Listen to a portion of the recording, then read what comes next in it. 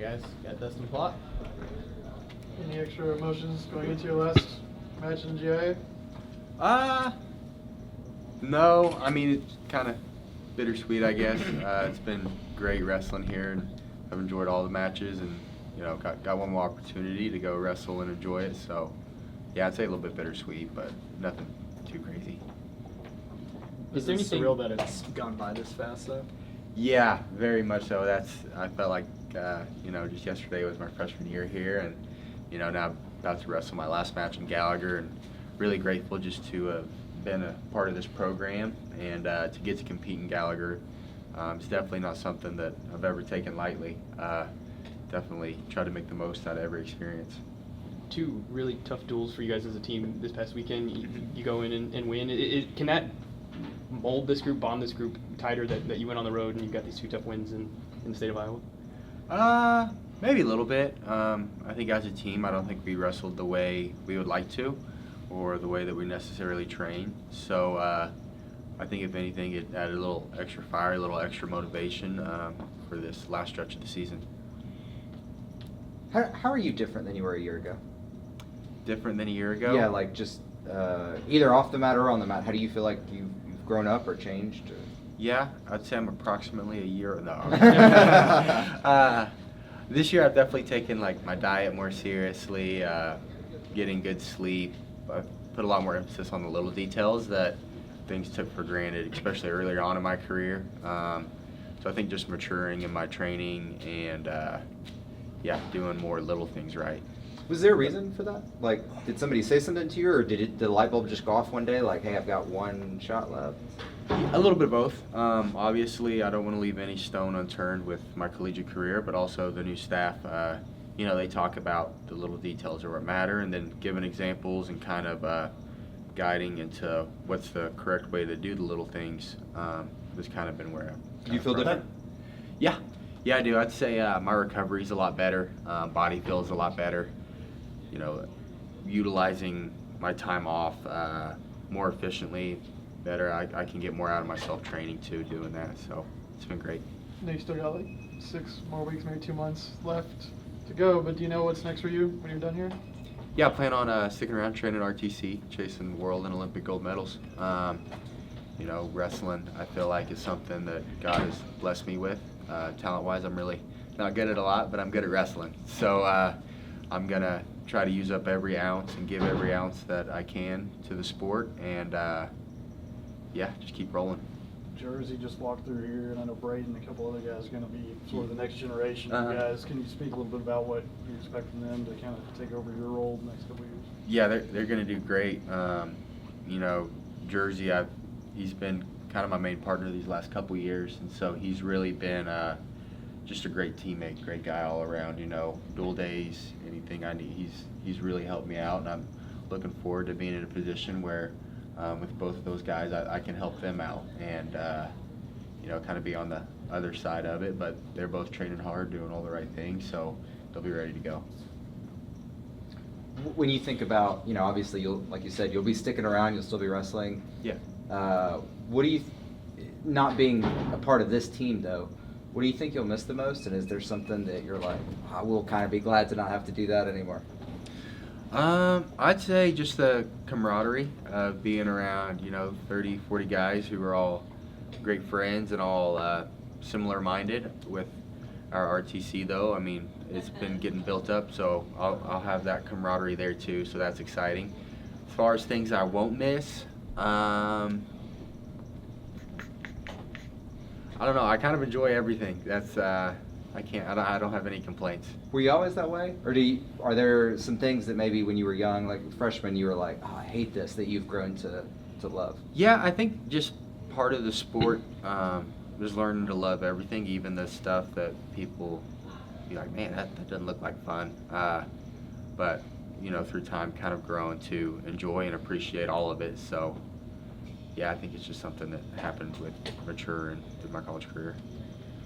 Dustin, it really feels like yesterday. John was like 3 years ago. John was on your tail about not doing the little things right, and all that. Just to see yourself grow from then to now. What have you learned most about yourself through all the trials and errors? That's a really good question. I'll have to think on that one. Coach Smith specifically definitely made me a whole lot tougher. I'll say that, just that I can put my body through a lot more than what my mind probably thinks I can go through, and then still be able to execute and compete. Injured, sick, tired, whatever, legs don't feel good, all those negative things I've had the opportunity to wrestle throughout my college career, and that it's pretty, encouraging to know that I can go compete with the best guys in the sport even when I'm not 100%. So.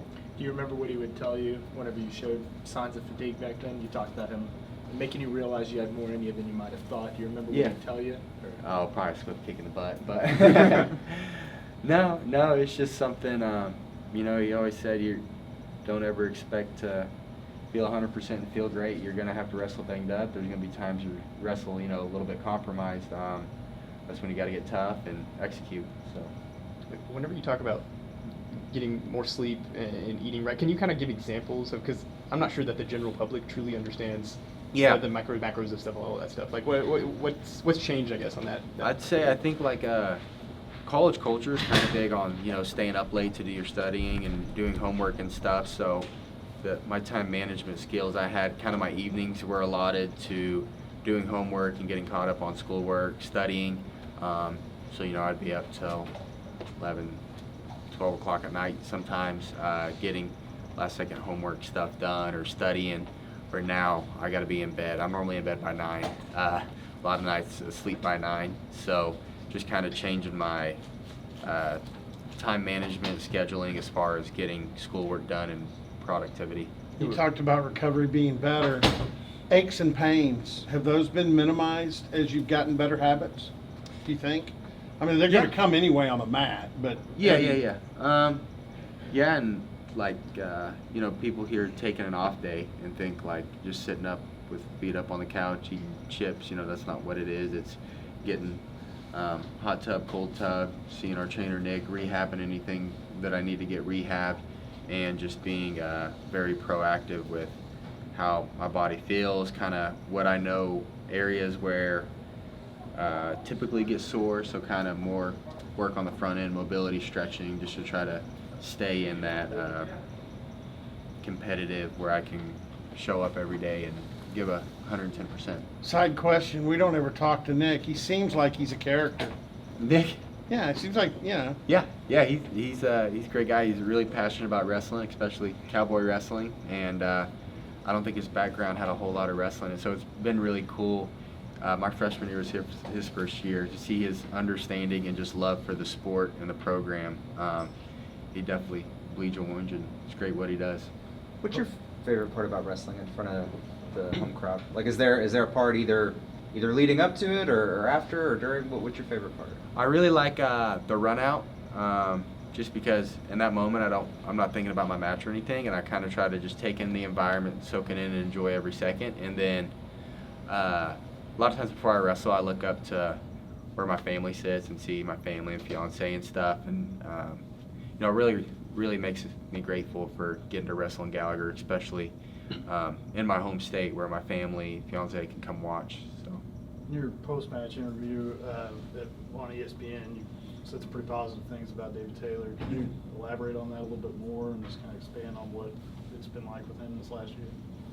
Yeah, it's been great. I'm, of course, biased because I wrestle for him and I'm about the same size as him. So I definitely get to get whooped up on and wrestle with him a lot. So it's just been great, picking his brain about really everything, wrestling, life, recovery, diet, what he did to be the best in the world. So I can try to emulate that. I'll never be David Taylor, but how I can steal some of the stuff he did or steal some of his ideology and incorporate it into my own identity and own training philosophies has been really great. It's safe to say, you were aware and probably watched what he did, before this through the Olympics and everything else. Yeah. What I I know it's probably hard to go back, but if you can kind of think back before he was your coach, when he was just, the Olympic champion, when you're watching him, how crazy would it have been if somebody told you, hey, that guy's going to come coach you? Yeah, it definitely would have been wild, even when everything happened and he was in the talks of being our coach and then announced as our coach. I'm like, holy smokes, like, this is crazy. I never would have thought that I'd have had the opportunity to get coached by Coach Taylor, Thomas Gilman, Jimmy Kennedy. That was never a thought in my head. So it's been a really cool experience, especially being a lifelong OSU fan, actually really liking Gilman now. When I first saw he was announced the staff, I was like, oh gosh, I can't stand this guy. And I started talking to him, and he's phenomenal. So it's really cool. The first time when when you're actually not just he's coaching you through, but when you're like on the mat with David, and was it weird when he's like, hey, me and you we're gonna work together today? Like, I don't know, was there any part of that was like, just because of how big a figure he was? Was there any part of you that was like, oh my gosh, I'm gonna wrestle against David Taylor today? Yeah, I'd say I was definitely really excited. But one thing that's awesome about wrestling is, when you're doing it or training, it's like nothing else in the world really matters. At the end of the day, it's still just wrestling. So I'd say at first I was super excited, but then once we started going, I was just getting to do what I love to do. So.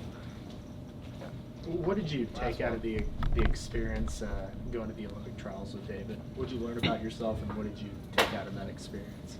I'd say just to get to be around his process, kind of where he's at mentally, what he does to prepare, what he's eating, to see the process for, the best wrestler in the world, I think was really cool.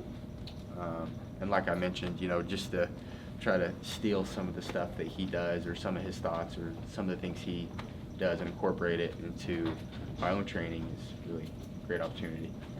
All right, thanks a lot, Dustin. Thanks.